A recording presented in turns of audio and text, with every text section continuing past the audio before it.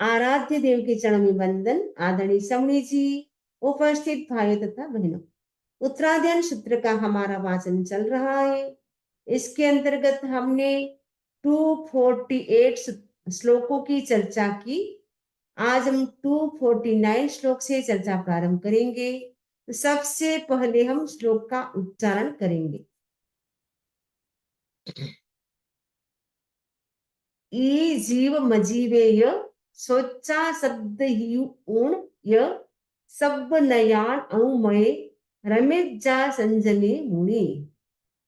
ई में इस प्रकार, जीवे जीव जीवम अजीवे यानी जीव और अजीव को, सोचा माने सुन करके, शब्द ही ऊणा में श्रद्धा करे। क्योंकि अभी हमने पूरा डिटेल से किसका एक्सप्लेन किया था, जीव और अजीव। क्योंकि संसार में दो ही तत्व हैं, जीव और अजीव। अजीवों की भी चर्चा की थी सबसे पहले, उसके बाद जीव की चर्चा की थी। जीव दो प्रकार के होते हैं, संसारी जीव और सिद्ध जीव। तो सिद्ध जीव होते हैं वो 15 प्रकार से होते हैं, उनकी भी चर्चा की थी। उसके बाद संसारी जीवों की बड़ी डिटेल से चर्चा हमने की। तो इसमें बताया गया है कि जो जीव और अजीव, इनके स्वरूप को सुनकर हमें क्या करना है, सद्ध ही ऊण, उसमें श्रद्धा करे, श्रद्धा करे। और उसके बाद क्या करे, सब नयान अणुमय रमेश जा संयमी मुनि। संयमी मुनि क्या करे, सभी नयों से जो अनुमत है, यानी सभी नयों में जो भी कहा गया है, भगवान ने जो कहा है, उनको सुन करके क्या करे, संयम में रमेश जा, रमण करे। क्योंकि जीव और अजीव का वर्णन सुनने से हमें पता चलता है कि जीव कैसे कैसे कर्म का बंधन कर लेता है, और कैसे कैसे कर्म का बंधन करने के बाद उनको कौन कौन सी योनियां मिल जाती है। जिस रूप में उनका कर्म होता है उसी के अनुरूप उनका जन्म हो जाता है। इसीलिए हम ऐसा कोई कर्म न करें कि हमें एकेंद्रिय में जाना पड़े। पृथ्वी काय, अप काय, तेजस काय, वायु काय, वनस्पति काय, ये 5 स्थावर हैं जिसको हम एकेंद्रिय जीव कहते हैं। उनके ओनली वन सेंस होता है, और उसमें जीव चला गया फिर तो पृथ्वी का, अप का, तेजस का, वायु का में तो जीव असंख्यात अवसर्पिणी उत्सर्पिणी काल तक रह सकता है। यानी लॉन्ग लॉन्ग लॉन्ग बहुत लंबे समय तक उनको वहां रहना होगा। वनस्पति में जीव चला गया तो अनंत काल, न अंत इति अनंत, जिसका कोई एंड नहीं, वह अनंत काल तक जीव को वही जन्म वही मृत्यु, डेथ एंड बर्थ की साइकिल उसी में चलती रहती है। फिर वो कब मनुष्य बनेगा, कब धर्म ध्यान करेगा। इसलिए भगवान कहते हैं कि जो जीव और अजीव का वर्णन सुन लिया उसके बाद उसमें हम श्रद्धा करें। श्रद्धा करने के बाद जो भगवान ने कहा है, नए के अनुसार जो भी संयम में हमें करना चाहिए रमण, उसमें मुनि क्या करे, संयम में रमण करे। तो बहुणी वासाणी सामान्य मनुपालिया इमेण कम जोगेण अपाणम सन्निहे मुनि। तो मैं उसके बाद मुनि क्या करे, बहुणी वासाणी अनेक वर्षों तक, बहुणी का मतलब अनेक, वासाणी ने वर्षों, वर्षों तक क्या करे, सामान्य सामान्यम अनुपालिया, सामान्य यानी सामान्य जीवन का, यानी साधु जीवन का क्या करे, अनुपालिया यानी पालन करे। और उसके बाद क्या करे, इमेण कम जोगेण, इस क्रम योग से, इमेण इस, कम जोगेण क्रम योग से, अपाण अपने आप को, संलिहे मुनि, संलिहे का मतलब संलेखना करे, संलेखना का मतलब है कृष करना, छिलना, यानी अपने शरीर को कृष करे। किससे, किसके द्वारा, संलेखना यानी तपस्या के द्वारा। वो संलेखना कितने प्रकार की होती है, कितने वर्षों की होती है, नीचे डिटेल से दिया जा रहा है। तो मुनि क्या करे, पहले संयम का पालन करे, और संयम का पालन करने के बाद लगे अब मेरे से कोई काम नहीं हो रहा है, सेल्फ कुछ नहीं कर पा रहा हूँ, मुझे दूसरों की सेवा लेनी पड़ती है, इवन मैं उठ भी नहीं सकता हूँ, बैठ भी नहीं सकता हूँ, अपने आप खाना भी नहीं खा सकता हूँ, बॉडी एकदम जवाब दे रही है। अब मुझे क्या करना है, लास्ट टाइम में भी अब मुझे इस शरीर के प्रति मोह नहीं रख करके मुझे संथारा स्वीकार करना है। तो लास्ट में मुनि क्या करते हैं, संथारा स्वीकार करते हैं। जैसे साधु संथारा लेते वैसे श्रावक भी लेते हैं। श्रावक के भी 3 मनोरथ हैं। पहला मनोरथ है, कब मैं अल्प मूल्य एवं बहुमूल्य परिग्रह का त्याग करूंगा। दूसरा है, कब मैं दीक्षा लूंगा। तीसरा है, कब मैं संधारा करूंगा। ये 3 मनोरथ श्रावक के हैं। इनका प्रतिदिन चिंतन करना चाहिए, सोते समय उठते समय कि वो दिन धन्य होगा, मैं घर त्याग मुनि व्रत लूंगा, वो दिन धन्य होगा, मैं संथारा स्वीकार करूंगा, इस बॉडी को मैं संथारे के साथ त्याग के साथ छोड़ूंगा, बिना त्याग मुझे इस बॉडी को छोड़ना नहीं है। तो इस प्रकार श्रावक को 3 मनोरथ का चिंतन करना चाहिए। तो 3 मनोरथ का हम अभी से चिंतन करेंगे, तो जब लास्ट मोमेंट होगा तब हमें याद आएगा, मुझे शरीर के प्रति मोह नहीं करना है, मुझे लास्ट टाइम हॉस्पिटल में नहीं जाना है, मुझे दवाई नहीं लेना है, मुझे तो आध्यात्मिक चिकित्सा करना है और मुझे त्याग प्रत्याख्यान से धर्म का श्रवण करते करते मुझे इस देह का त्याग करना है। उसको शरीर के प्रति फिर अटैचमेंट नहीं होगा, मोह नहीं होगा। अदरवाइज लास्ट मोमेंट चलता होता है, डॉक्टर बोलते हैं कोई भी इसमें चांस नहीं है बचने के, फिर भी परिवार वाले भी चाहते हैं और व्यक्ति स्वयं भी चाहता है। व्यक्ति स्वयं इतना दृढ़ हो तो परिवार वालों को बोल सकते मुझे अब कुछ नहीं कराना है ट्रीटमेंट, अब मैंने जितना आयुष्य था जी लिया, आज लास्ट टाइम भी मेरा डेथ है वो पीसफुल हो, वैसे परिवार वालों को बोल दे और लास्ट टाइम मुझे हॉस्पिटल मत ले जाना, त्याग प्रत्याख्यान करा करके मुझे यहाँ से भेजना। तो आप अगर कहा हुआ होता है तो वो ध्यान भी दे सकते हैं। कई परिवार वाले मुंह में उलझ जाते हैं तो वो डॉक्टरों के चक्कर लगाते रहते हैं, लास्ट मोमेंट तक ऑक्सीजन चलता रहता है, आईसीयू में होते हैं, फिर उनकी गति क्या होगी पता नहीं।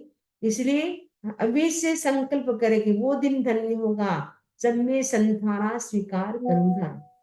ये संथारा कैसे करना होता है, संलेखना कैसे करनी होती है, कितने वर्षों की होती है, वो भी भगवान बता रहे हैं। मारस्येव उवासायं संलेहु कोश्या भवे संवत्सरं मच्छिमिया समासाय जहन्या। संलेह हुए ना संलेखना, संलेखना उत्कोष्य, उत्कोष्य उत्कृष्ट यानी मैक्सिमम कितनी होती है, 12 से भाषाएं, 12 से 12 भाषाएं वर्षों तक, मैंने 12 वर्षों तक हम मैक्सिमम कर सकते हैं। सपोज आपको लगे मेरे अभी 70-70 साल कंप्लीट हो गए हैं, 70 से साल में ओल्ड हो चुका हूँ, अब मुझे संलेखना करना है। अगर आपका आयुष्य है 12 साल तक आप 82 के हो सकते हैं, अगर नहीं है तो बीच में भी जा सकते हैं।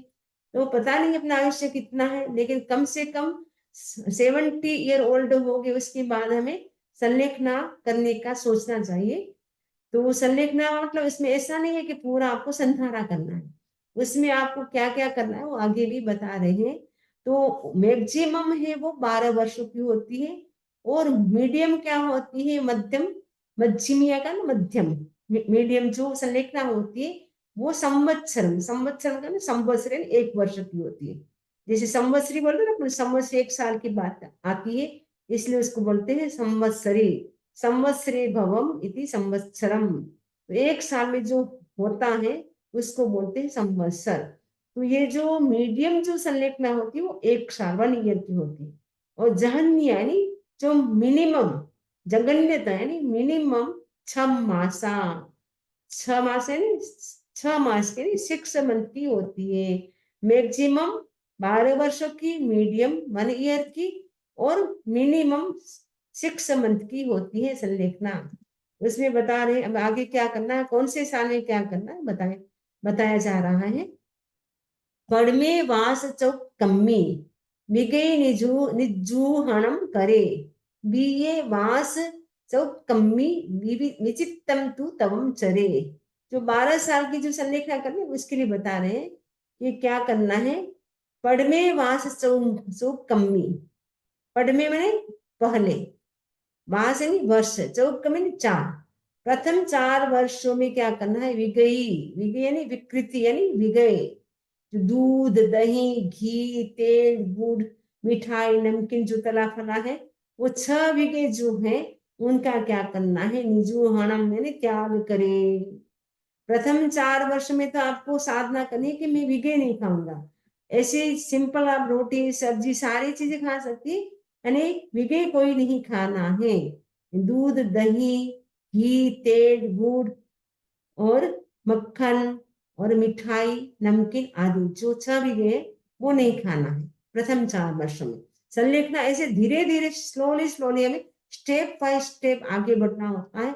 ऐसा नहीं कि एक साथ उपवास शुरू कर दिया, पहले हम विगय छोड़े, ताकि विगय हम नहीं खाएंगे तो बॉडी में थोड़ी बॉडी थोड़ी कमजोर होती जाएगी, कृश होती जाएगी। नहीं तो जितना हम मिष्ठान खाते हैं, मक्खन खाते हैं, घी खाते हैं, उससे हमारा बॉडी और स्ट्रोंग होता जाता है, पुष्ट होता जाता है। तो उसमें अगर संलेखना करनी है तो पहले हमें क्या करना होता है, 4 वर्षों तक हम क्या करें, विवेक का त्याग करें।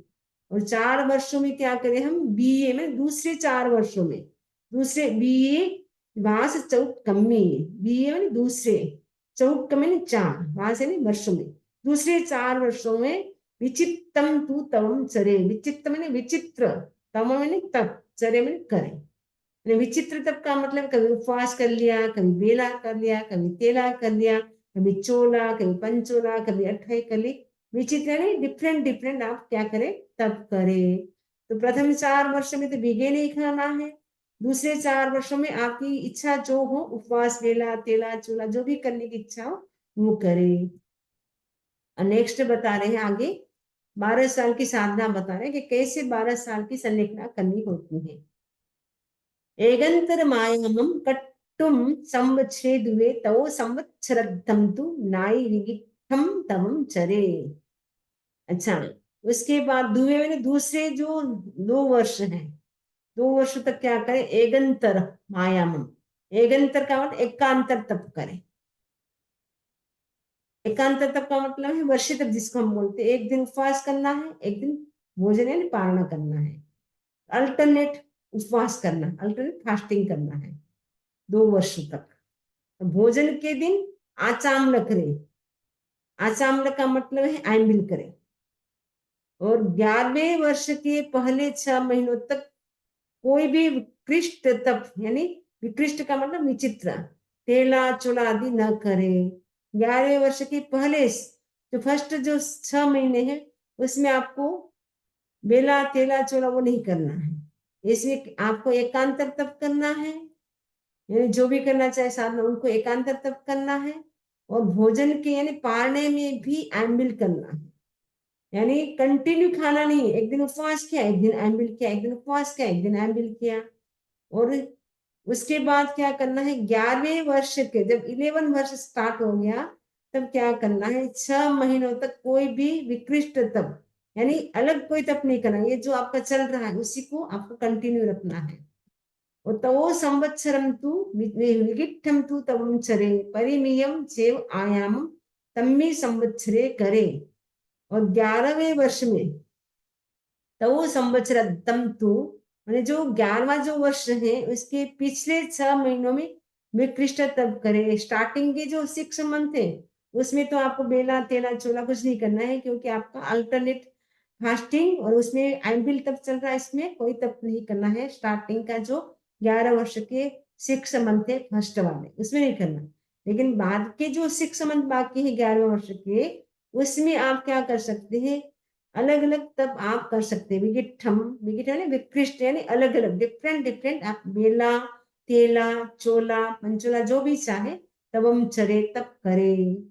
परिमियम चिव आयामम, और तम्मी संवत्सरे करे। और संवत्सरे ने संवत्सरे ने पूरे वर्ष में क्या करे, परिमियम चेव आयामम, परिमेय का मतलब है परिमित यानी लिमिट। पारणा के दिन क्या करे, आयामम आचाम यानी एम्बिल करे। इसमें भी आपको अलग अलग 6 मंथ लास्ट के जो है उसमें आपको अलग अलग आप तब कर सकते हैं। और जब पारना है, चाहे बेले का हो, चाहे केले का हो, चाहे चोले का हो, उसमें भी आपको क्या करना, आसाम्ल करना। आसाम्ल का मतलब है आम्बिल करना है। और उसमें भी आपको लिमिट, ऐसे नहीं कि आम्बिल के भरपूर आप खा ले, उसमें भी लिमिट करना है कि थोड़ा, हाँ थोड़ा ही हम खाएंगे, ज्यादा भर पेट के हम नहीं खाएंगे। कोड़ी सही मायामम कट्टु संवत्सरे मुनि मासी एणम तु आहारेणम तम चरे। 11 साल की साधना होगी कंप्लीट। अब 12वें वर्ष में क्या करना है, संवत्सरे मुनि, तो संवत्सर में 12वां जो वर्ष चल रहा है, उसमें मुनि को क्या करना है, कोड़ी सही मायामम। कोड़ी का मतलब कोटि सहित, कोटि सहित क्या करना है, आयामम का मतलब आचाम्ल, कोटि सहित आपको क्या करना है, आचामन आंबिल करना है। उसके बाद क्या करना है, फिर मासद मासी एणम, मास यानी मास, अद्धि का मतलब आधा यानी पक्ष, पक्ष या मास का आपको क्या करना है, आहारेण तमम चरे, आहार का त्याग करे। आहार यानी आहार का, तमम यानी तप का, आहार, आहार का त्याग करे, तमम का मतलब है तप करे, यानी आहार का त्याग करे। तो 12वें वर्ष में मुनि को क्या करना होता है, कोटि सहित निरंतर आचाम्ल करे, कोटि सहित करना है, निरंतर, कोटि सहित का मतलब है निरंतर, कंटिन्यू करना है, इसमें ब्रेक नहीं करना है। अल्टरनेट ब्रीथिंग, अल्टरनेट हमें जो फास्टिंग करते हैं वो भी नहीं करना है, लेकिन कंटिन्यू, कोटि सहित का मतलब कंटिन्यू आमिल करना है 12वें वर्ष में। और उसके बाद क्या करना है, कि पक्ष या मांस का आहार त्याग करें, यानी 15 दिन का उपवास कर लिया, या मांस यानी मांस खमन कर लिया, आप में जो शक्ति है उसके हिसाब से इसमें करना है। ये 12 वर्षों की साधना बताई गई कि 12 वर्षों तक संलेखना कैसे करना है। तो जो प्रथम 4 वर्ष था उसमें क्या करना था, विघे का त्याग करना था, आपको समझ में आ गया, विघे का त्याग करना। और सेकंड जो 4 वर्ष थे उसमें आपको अलग अलग तप करना है, बेला तेला चोला आदि। और उसके बाद ये 4 4 8 वर्ष हो गए। फिर बाद में जो 2 वर्ष थे उसमें एकांतर, अल्टरनेट उपवास करना है और पारने में भी आमिल करना है। और फिर ये 10 साल कंप्लीट हो गए। फिर 11वें वर्ष के जो फर्स्ट 6 मंथ है उसमें आपको बेला तेला वो कुछ नहीं करना है। और जो लास्ट के जो 6 मंथ है, 6 मंथ है, उसमें आपको अलग अलग तप करना है और पारने में भी आमिल करना है। ऐसे करके 11 साल कंप्लीट हो गए। और 12वें वर्ष में कंटिन्यू आपको आमिल करना है।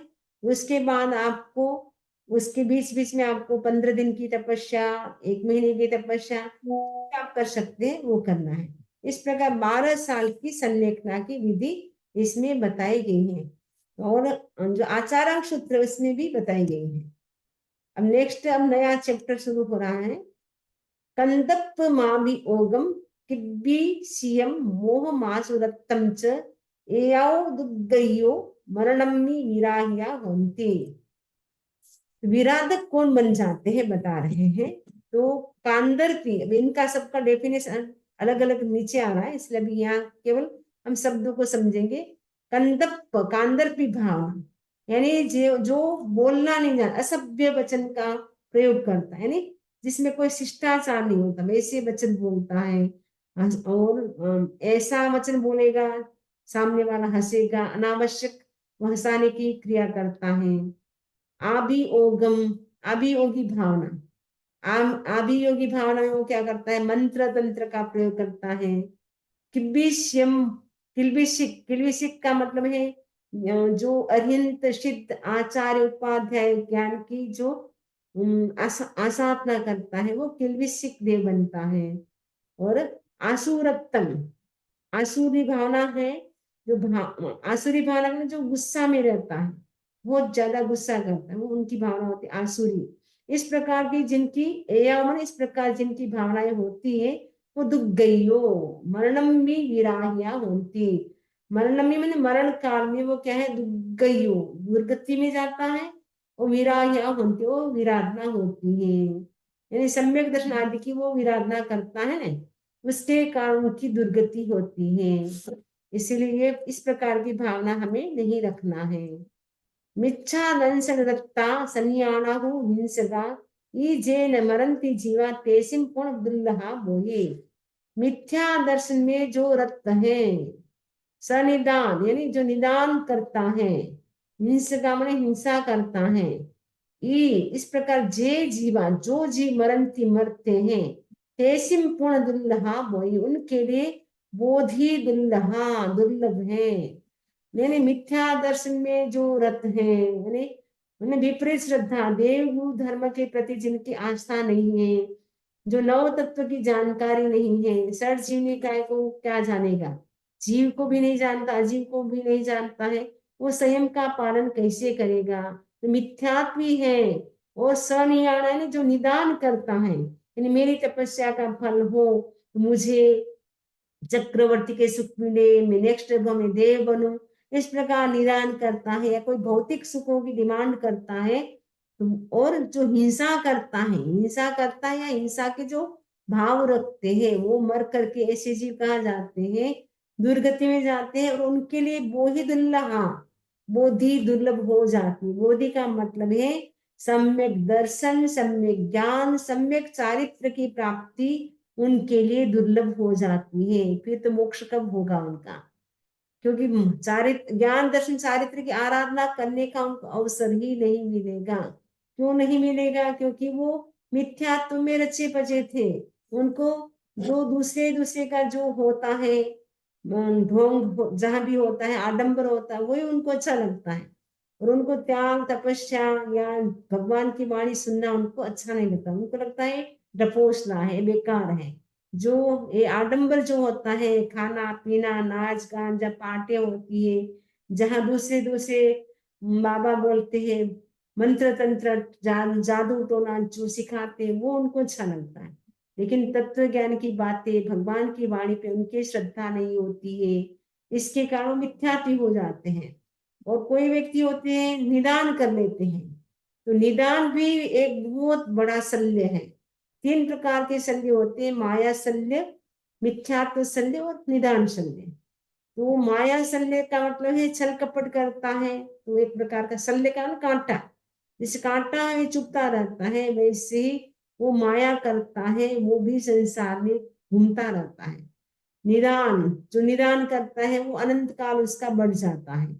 जैसे द्रौपदी ने निदान किया था कि मेरी तपस्या का फल हो, मुझे आने वाले भव में 5 पति मिले, 5 पति मिले, लेकिन उनका संसार परिभ्रमण बहुत ज्यादा बढ़ गया। जो भी निदान करता है उनका संसार परिभ्रमण बढ़ जाता है, यानी डेथ एंड बर्थ की साइकिल बहुत ज्यादा बढ़ जाती है। इसलिए निदान कभी भी नहीं करना चाहिए, तपस्या को बेचना नहीं चाहिए। छोटी सी भौतिक चीजों के लिए इतनी बड़ी तपस्या हमने की, इतना हमने धर्म ध्यान किया, इतनी धर्म की आराधना की, छोटे से छोटी सी वस्तु के लिए हमने क्या कर दिया, इतना बड़ा जो बेनिफिट होने वाला था उसको हमने थोड़े से कोड़ी में बेच दिया। जो करोड़ों के हमें फायदे होने वाले थे, वो हमने मात्र कोटी में यानी कोड़ी में यानी 1 पैसे में बेच दिए। यानी निदान करने से हमको भौतिक चीज मिलेगा, वो उसका कितना प्राइस होगा, एक $1 जितना। जो करोड़ों डॉलर का लाभ होने वाला था, आपने मात्र $1 में सब कुछ अपनी तपस्या को बेच दिया। ऐसा हमें काम नहीं करना है। अगर कर लिया है तो भी उसका प्रायश्चित करके शुद्ध होना जरूरी है। क्योंकि अगर ऐसा हमने किया है तो फिर हमारे लिए क्या दुर्लभ हो जाएगी, दुल्लहा बोहे, बोधि दुर्लभ हो जाएगी। फिर ज्ञान दर्शन चारित्र की प्राप्ति हमें मिलेगी ही नहीं, उसकी आराधना करने का हमें अवसर ही नहीं मिलेगा। फिर हम नरक गति में, तिरंज गति में ऐसे झूलते रहेंगे। कभी नरक गति में, फिर नरक से निकले तिरंज बने, वापस पापों का बंधन किया, वापस नरक में गए। बस ऐसे ही झूला जैसे झूलते रहते ना, वैसे हम झूलते रहेंगे, कहाँ, नरक और तिरंज गति के बीच। बोधि मिलनी मुश्किल हो जाएगी। इसलिए हम मिथ्यात्व से बचे, यानी सम्यक दृष्टि की आराधना करें, यानी सम्यक दर्शन मुझे कैसे प्राप्त हो, उसके लिए हमें लक्ष्य बनाना है। क्योंकि सम्यक दर्शन के साथ हम जो भी तप जप करते हैं उसका बेनिफिट ज्यादा होता है। मिथ्यात्व अवस्था में हम जो करते हैं उसका लाभ हमें बहुत कम मिलता है। इसलिए हम सबसे पहले सम्यक्त्व को पुष्ट करें, उसके लिए तमेव सत्यम निसंकम जम जिनेहिम पवेयम, वही सत्य है, वही निसंक है, जो जिनेश्वर भगवान ने, जो केवलियों ने कहा है, वही सत्य है, वही निसंक है, इसमें कोई डाउट करने जैसा नहीं है। इस प्रकार स्ट्रोंग हमारा फेथ होना चाहिए भगवान की वाणी के प्रति। दूसरी बात है देव गुरु धर्म के प्रति अटूट आस्था होनी चाहिए। तीसरी है नव तत्व की हमें जानकारी होनी चाहिए, केवल नाम आने से नहीं, उसके साथ साथ एक्सप्लेन भी पता होना चाहिए कि जीव क्या है, अजीव क्या है, पुण्य क्या है, पाप क्या है, आश्रव संवर निर्जा बंध मोक्ष, ये नव तत्व है, उनका पूरा डिटेल भी हमें आना चाहिए। उसके लिए 25 बोल पढ़ना बहुत जरूरी है। कल भी बताया था कि 25 बोल आचार्य श्री महाश्रवण जी का लक्ष्य है। 2025 चल रहा है तो सभी 25 बोल सीखे।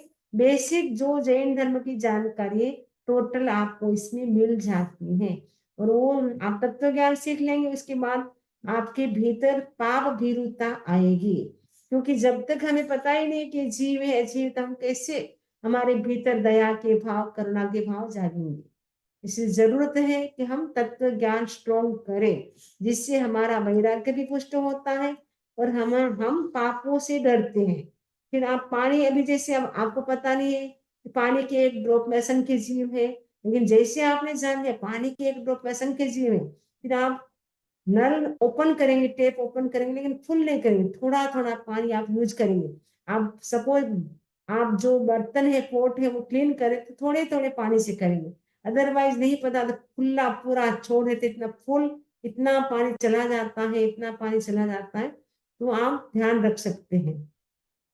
तो इसके लिए जरूरत है कि हम तत्व ज्ञान को पुष्ट करें। समदंशन रक्ता सम्मदंशन रक्ता अनियाना सुक्कलेश मोघाढ़ा, ये जे मरंती जीवा सुलहा तेसिन भवे बोधि।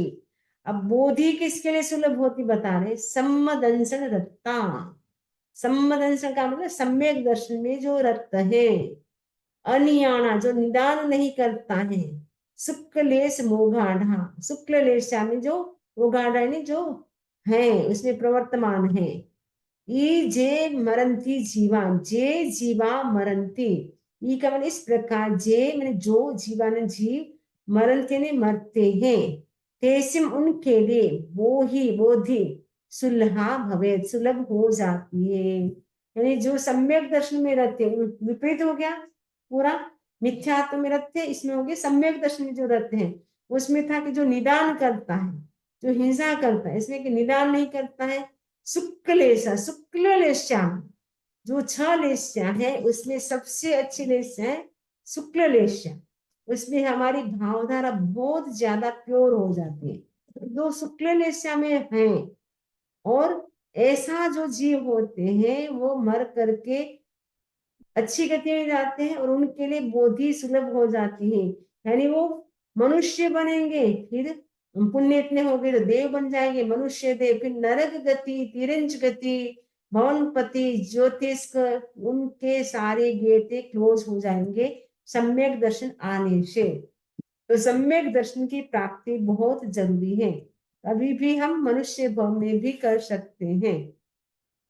मिच्छा दंशन रक्ता सनियाना कन्न लेस मोगाडा, ये जे मरंती जीवा तेसिम पूर्ण दुल्हा बोहे।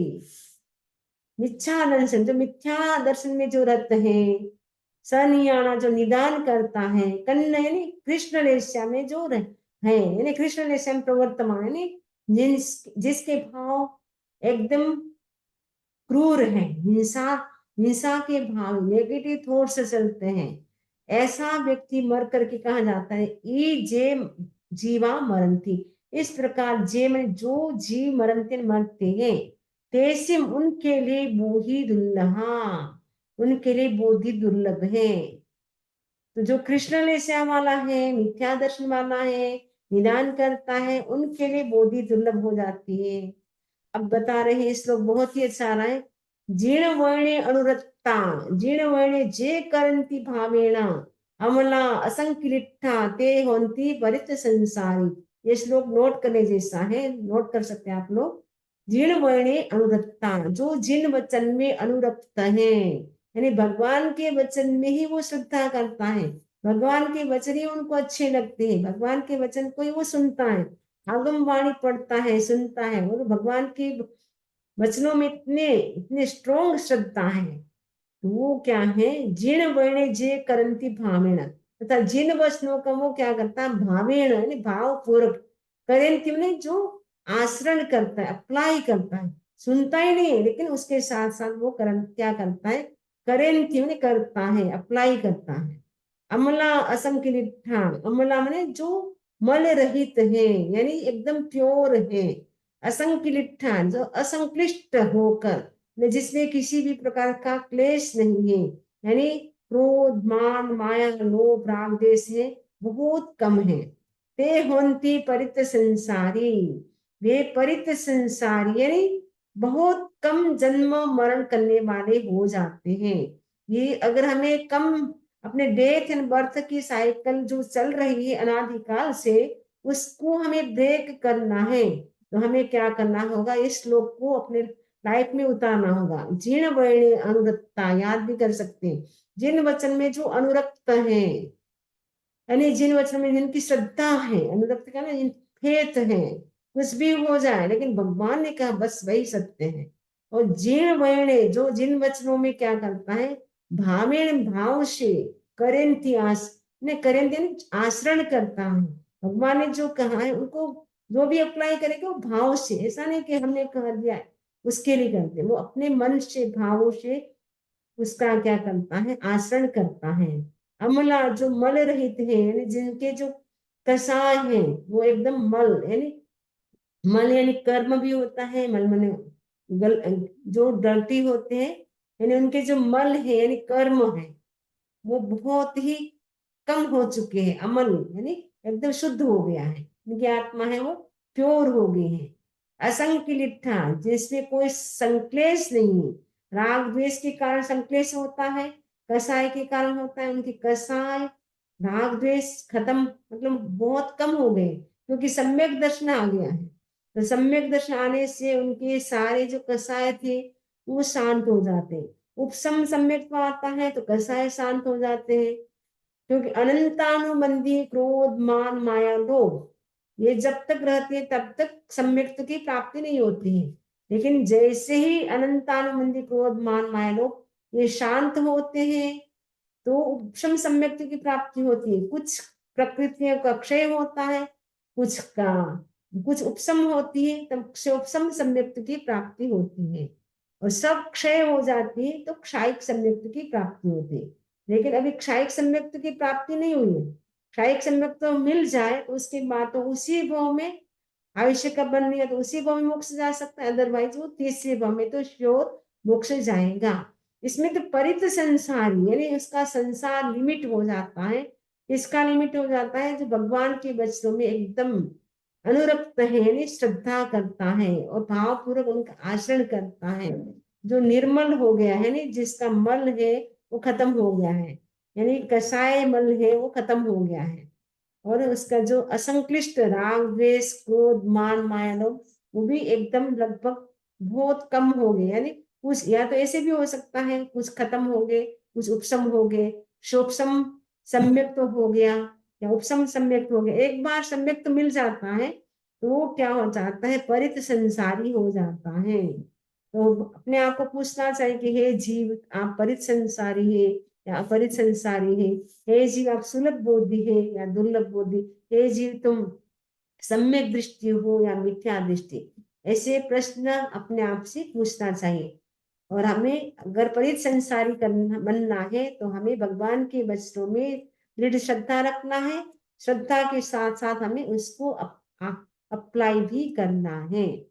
माल मरणानि बहुशो अकाम मरणानि चेव ये बहुनी, मरिहिन्ति ते वराया जीर्ण मरणम जे न जानन्ति। जीर्ण मरणम जिन वचनों को, जे मैंने जो मनुष्य न जानते नहीं जानता है वो क्या होते, बाल मरणानि बहुशो, माल मरणानि का बाल मरण, माल मरण बहुत समय बहुत सारे लोग क्या करते हैं, बाल मरण, बाल मृत्यु करते हैं, बाल मरण उनका होता है।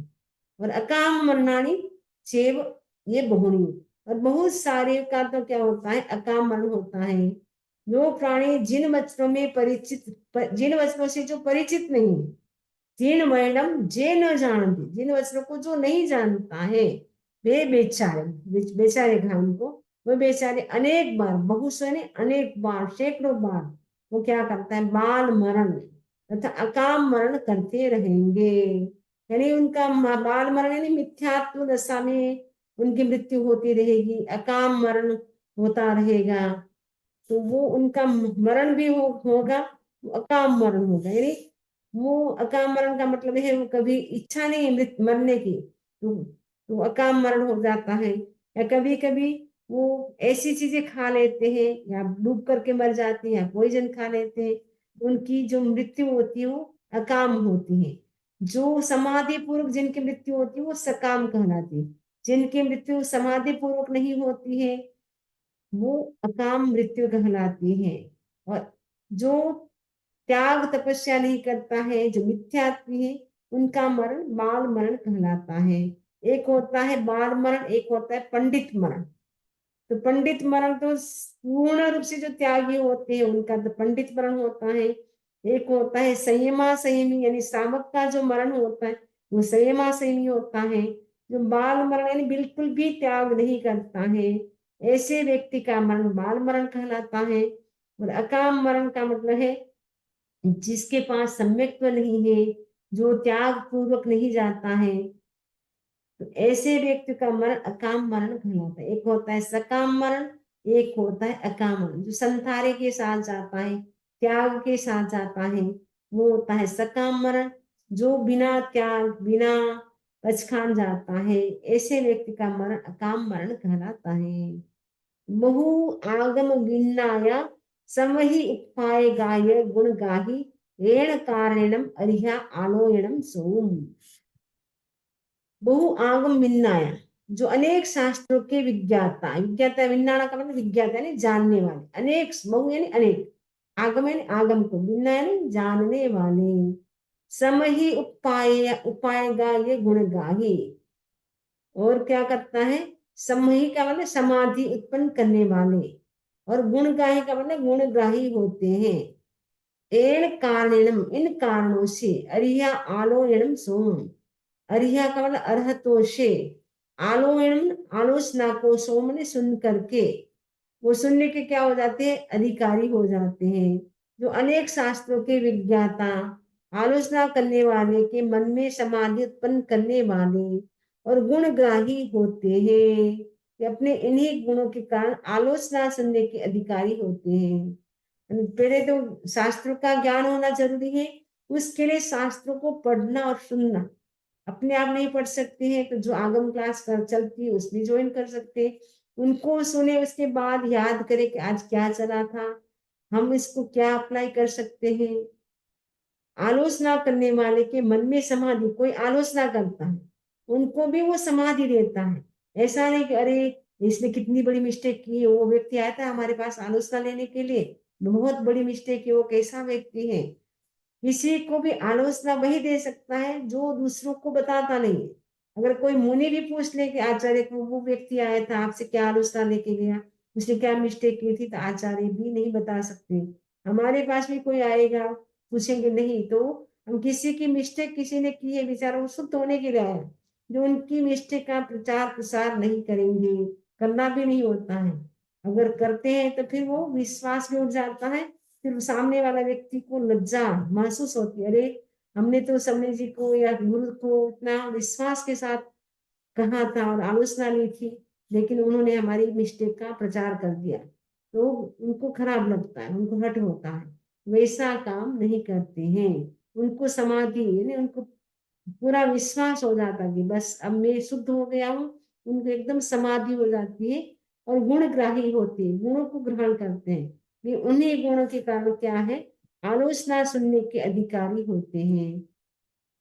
पहले जो आया था श्लोक में कंदर्पी भावना, वो क्या होती है बता रहे हैं, कंदत्व कोकुयायम तह सीर सहा वहास वहास विगहाहि विमहाव्यंतो ये परम कंदप्पम भावनम पुणई। जो काम कथा करता है, कंदर्प का मतलब जो काम कथा करता है, और कोक्कू यांग का मतलब दूसरों को हंसाने की चेष्टा करता है। ऐसा वाक्य बोलेगा तो सब ठहाका लगाएंगे, हंसेंगे बिना मतलब। जो होता है ना जोकर, वो ऐसा ही करता है। वो ऐसा वाक्य बोलेगा, ऐसा डायलॉग बोलेगा, सामने वाला हंसेगा। तहसील सहाभास बहास विगहायम।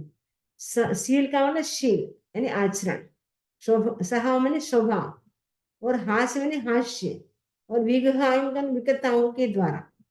मिम्मा मिम्हा वेंतो ये परम। मिम्हा वेंतो यानी जो विस्मित करता है, परम यानी दूसरों को जो विस्मित करता है, आश्चर्य में डाल देता है। और वह क्या करता है, कंदपम भावनम कुणई, वो कंदर्प भावना का आचरण करता है। इस प्रकार की भावना का आचरण करता है, वो मर करके कहा जाता है दुर्गति में जाता है। बोधि उनके लिए दुर्लभ हो जाती है। जो काम कथा करता है, दूसरों को हंसाने की चेष्टा करता है, तथा शील यानी आचरण, स्वभाव, हास्य और निकटताओं के द्वारा दूसरों को विस्मित करता है, वह कामदर्पी भावना का आचरण करता है। मंता जोगम काम हुई कम्मम च जे पहुंचंती सायर सई मिठी है अभी ओगम भावनम पुणे। अब दूसरा था अभियोग भावना क्या है, तो जो मंत्र का प्रयोग करता है, मंत्र का तंत्र का वो साधु को करना नहीं होता है, यानी टोना बोना कुछ नहीं करना होता है। नवकार मंत्र वो दे सकते हैं, दूसरे जो धार्मिक मंत्र है वो तो हम किसी कोई मांगता है तो उनको दे सकते हैं, लेकिन किसी के ऊपर जादू टोना करना वो साधु को नहीं कर सकता है। जो मंत्र योग और भूई कर्म यानी भूति कर्म का प्रयोग करता है, यानी भूति कर्म का मतलब किसी के ऊपर भूति यानी राख लगा देता है, या ऐसा ऐसा करेगा नाटक तो भूत को याद करेगा तो भूत आ जाएगा। ऐसा प्रयोग साधु को नहीं करना होता है, वह अभियोगी भावना का आचरण करता है। ऐसा व्यक्ति भी मर करके दुर्गति में जाता है। अब है किल्विषिक भावना। तो किल्विषी देव कौन बन सकता है, तो किल्विषी देव बनना अच्छा नहीं है, क्योंकि किल्विषी देव की वहां पोजीशन क्या है, देवगति में है तो देवगति में, लेकिन पोजीशन यहाँ पे जैसे एक हरिजन की होती है वैसी उनकी पोजीशन है। उनको भी सारा दिन साफ सफाई का काम करना, वो भंगी का जो काम होता है यहाँ पे रोज वही काम उनका वहां पे होता है। और उनको कोई भी उनका रेस्पेक्ट नहीं करते, सब उनको धुतकारते हैं, धिक्कारते हैं, और कोई उसको बोलने भी नहीं देते, बोलेंगे तो बैठ जाओ बैठ जाओ। क्योंकि यहाँ पे उन्होंने क्या किया है, जिसके कारण वो किल्विषिक देव बने हैं। किल्विषिक देव होते वो मिथ्यात्व होते, काल मिथ्यात्व होते। और किल्विषिक देव वहां का आयुष्य पूर्ण करके या तो तिरंज गति में जाएगा तो मेमना बनेगा, यानी बकरी जो मेमना होता है बकरा, वो बनेगा। मनुष्य बनेगा तो गूंगा बनेगा, सुनाई नहीं देगा, वो वैसा वो मनुष्य बनेगा। आंखों से दिखाई नहीं देगा, गूंगा बन जाएगा, सुनाई नहीं देगा, वैसा वो बन जाएगा। फिर अनंत काल तक वो नरक निगो तिरंज गति में घूमते रहते। उनका मोक्ष होना बड़ा दुर्लभ है, बोधि मिलनी बड़ी दुर्लभ है। तो केलिसिक देव कौन बन सकता है, नाणस्य केवलिनम। नाणस यानी ज्ञान की जो आसाधना करता है, केवली की जो आसाधना करता है, यानी भगवान ने जो कहा है उनके वचनों की आसाधना नहीं। भगवान ने को क्या पता, उन्होंने तो शादी की नहीं, या उनको क्या पता उनको संसार के सुख क्या होते हैं, ऐसे ही बोल दिया। तो उनके वचनों पर अश्रद्धा करते, केवलियों की आसाधना करते। और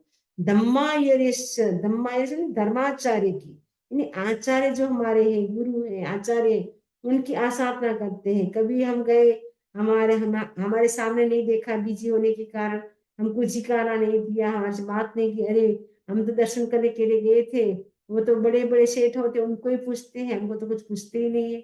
इस प्रकार हमारे भाव आ गए हो, आसाधना की हो, तो भी क्या है, आचार्यों की आसाधना करने से भी किलिशिक देव के योग्य हम आयुष्य का बंद करते हैं। संघ की आसाधना करते हैं, संघ यानी साधु साध्वी श्रावक श्राविका, और साहुण ने साधु संग साहुण, साधु साध्वी श्रावक श्राविका, इन चार तीर्थ है, उनकी हम आसाधना करते हैं। माई का मतलब माया करते हैं। अवर्ण माई जो अवर्णवाद बोलती है, यानी उनके विपरीत बोलते, गुरु के विपरीत, केवली के विपरीत, ज्ञान के विपरीत, धर्माचार्य के विपरीत, संघ और साधु के विपरीत हम आचरण करते हैं, वो क्या बनता है कि विषयम भावना गुणई, वो किलविषी की भावना का आचरण करता है। और किलविषी बनने के बाद तो बहुत ही मुश्किल है मोक्ष होना। अनुबद्ध रोष परो, रोष पसरो, तह ये निमित्तम्मी होई पड़ी सेवी, एहि कारणे हम आसुर्यम भावनम गुणई। आसुर्यम भावना कौन करता है? आसुरी भावना अनुबद्ध रोष परो, रोष यानी क्रोध को जो अनुबद्ध माने करता रहता है, निरंतर करता रहता है, बढ़ाता रहता है। माने सामने वाले व्यक्ति का भी गुस्सा बढ़ाता है, खुद तो करता ही है, दूसरों का भी बढ़ा देता है। तह यह निमित्तम्मी हुई पड़ी सी, और निमित्त बताता है, क्योंकि साधु होते हैं उनको निमित्त, वास्तु जो निमित्त होते हैं वो साधु को बताना नहीं होता है। जो क्रोध को सतत बढ़ावा देता है और निमित्त बताता है, वो अपनी इन प्रवृत्तियों के कारण आसुरी भावना का आचरण करता है। सत्थगहनम विषभक्षणम च जलनम च जलपवेशोय अनायारम बंड सेवा जन्म मरणानि बंधन्ति।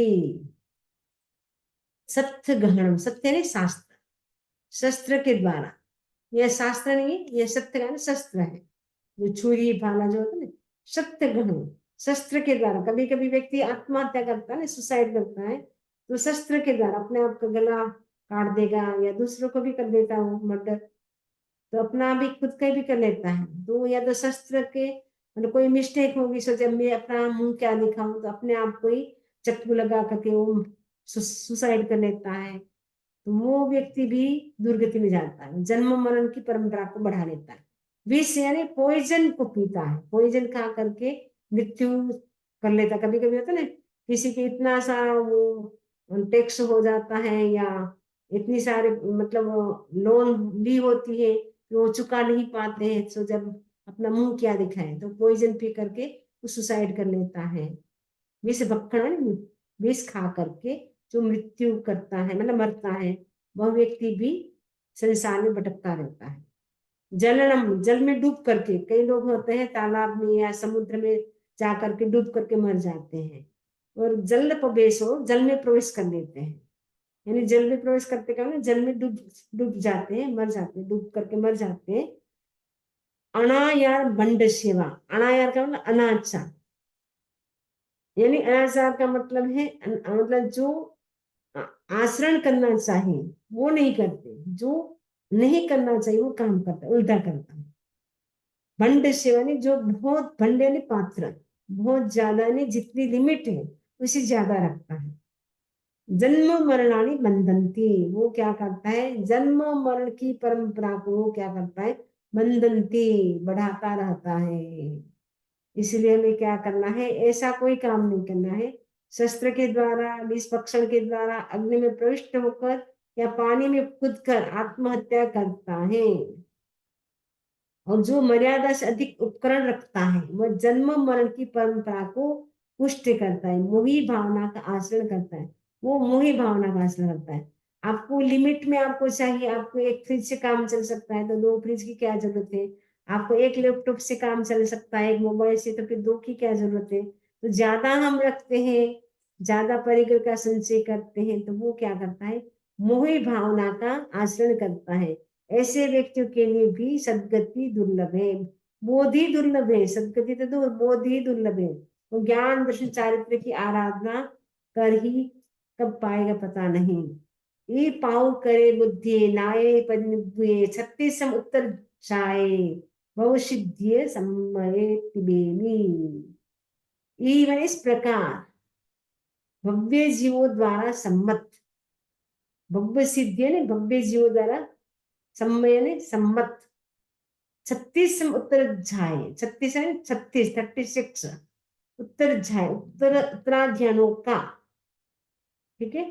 और नाये तत्ववेता, परिनिव्य, जो परिनिवृत्त है, यानी भगवान महावीर स्वामी ने क्या है इस 36 चैप्टर कहे हैं। इस प्रकार भव्य जीवों द्वारा सम्मत 36 उत्तराध्ययनों का तत्ववेता, ज्ञातवंशी उपशांत भगवान महावीर ने प्रज्ञापन किया है। ये उत्तरायण के जो 36 चैप्टर है वो किसने बोला है? तो भगवान महर्षि स्वामी ने बोला है। ये भगवान महर्षि स्वामी की ओरिजिनल देशना है, अंतिम देशना है। तो जा रहे थे भगवान महर्षि स्वामी, मोक्ष पधार रहे थे, पधारते पधारते भी हमारे लिए कितनी बड़ी अमूल्य नीति छोड़ के गए। आज इतना उन्होंने अगर नहीं बोला होता तो हम कहाँ से सुनते, कहाँ से पढ़ते। इसके लिए भगवान महर्षि स्वामी के प्रति हम बहुत बहुत कृतज्ञ है कि अंतिम समय में भी जो लास्ट मोमेंट है, मोक्ष जाने का समय हो चुका है, उसके बाद भी जाते जाते जब तक मोक्ष नहीं हो रहा है उससे पहले पहले सोचे जितना मैं दे सकता हूँ, क्योंकि 5वां आना प्रारंभ होने वाला है और उसके बाद तो कोई तीर्थंकर रहेंगे नहीं तो उनको कौन सुनाएगा। इसलिए उन्होंने कितनी बड़ी हमारे पे कृपा की।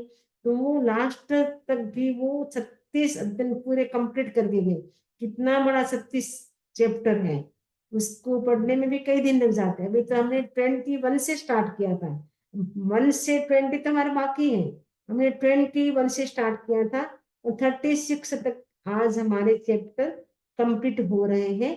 और उत्तरायण सूत्र का वाचन करते समय मैंने भगवान के विरुद्ध कुछ भी बोला हो, कोई भी अक्षर आगे पीछे, ऊंचा नीचा, छोटा बड़ा कुछ भी बोला हो तो तस्मिच्छामि दुक्कडम। भगवान की आज्ञा के विरुद्ध कुछ भी बोला हो तो तस्मिच्छामि दुक्कडम। तो इस प्रकार हमारा 36 चैप्टर कंप्लीट हो गए। इससे संबंधित किसी को कोई प्रश्न हो तो पूछ सकते हैं। ओम अरहम, ओम अरहम।